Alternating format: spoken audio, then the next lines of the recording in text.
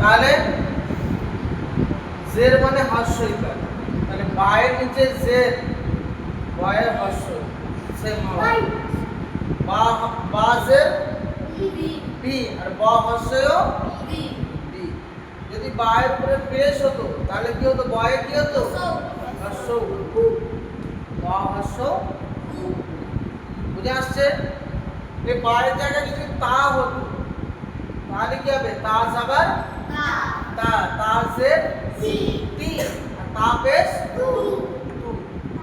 এরকম যে কোনো অক্ষর যদি হয়, আমরা এখানে প্র্যাকটিস করব। তাহলে তো কি আছে, বা যাবার বা, সবাইকে বলতে হবে। কি বললাম, নুন নিচে হলে জের হয়, নিচে হলে জের মানে হর্ষই। জের মানে কি, হর্ষই। আচ্ছা, তাই কি দিলাম, বেশ মানে হর্ষ দিলাম, আর বাংলাতে কি হবে, হর্ষ। তাহলে তা হর্ষ তু, তাই না?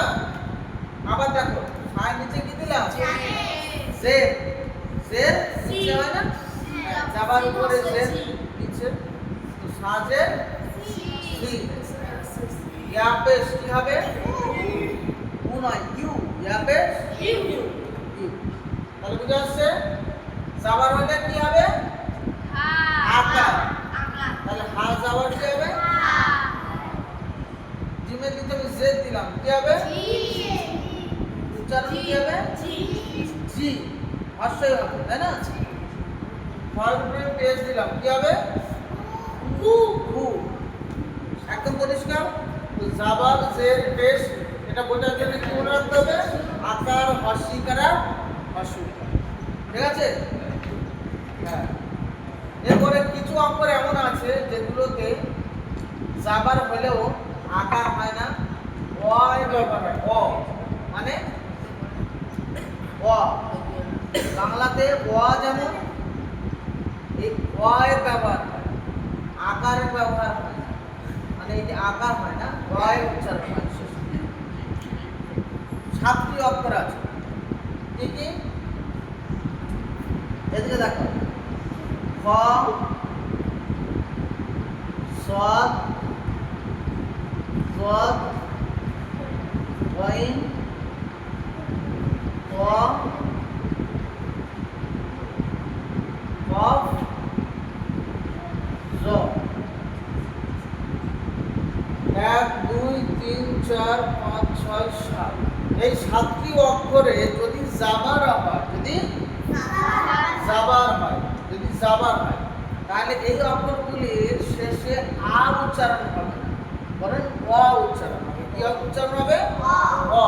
যেমন খ জাবার কি হবে, খ, সদ জাবার সদ, দদ জাবার দ, গন জাবার গ, ত জাবার ত, কফ জাবার জ জাবার জ। কিন্তু এগুলো জের বা পেশ হলে কোনো পরিবর্তন নেই, মানে পার্থক্য কিছু হবে না, হর্ষই হবে এবং পেশ হলে হর্ষও হবে। আপনি ক্লিয়ার? এইটাই হচ্ছে।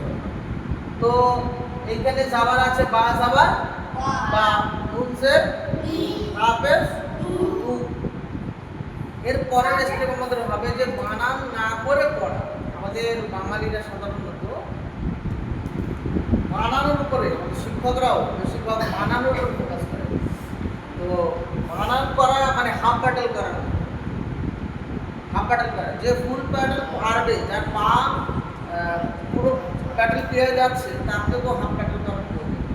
যে হাঁটতে পারে তাকে আবার হামাগুড়তে আর বলতে হয়, এটা তো বোকামো, সময় নষ্ট, তাই না? তো ওই কারণে আমি তো যে সহজভাবে বোঝালাম, এই বোঝানোর কারণে নিশ্চয়ই এতটুকু বুঝে আসছে, আমি বাংলার সঙ্গে মিলিয়ে দিলাম, তাহলে তো আকার হর্ষিকার হর্ষিকার তো বুঝতে পারবো, তাই না?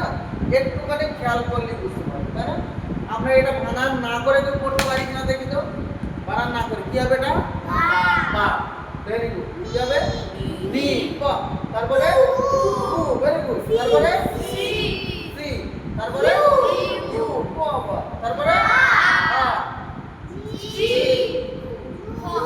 উ, এই এক চান্সে বলা যাচ্ছে। তাহলে আরেকটুখানি আমরা যদি ট্রাই করি। করি আরো প্র্যাকটিস করি তাহলে তো আমাদের জন্য আরো ইজি হবে, তাই না?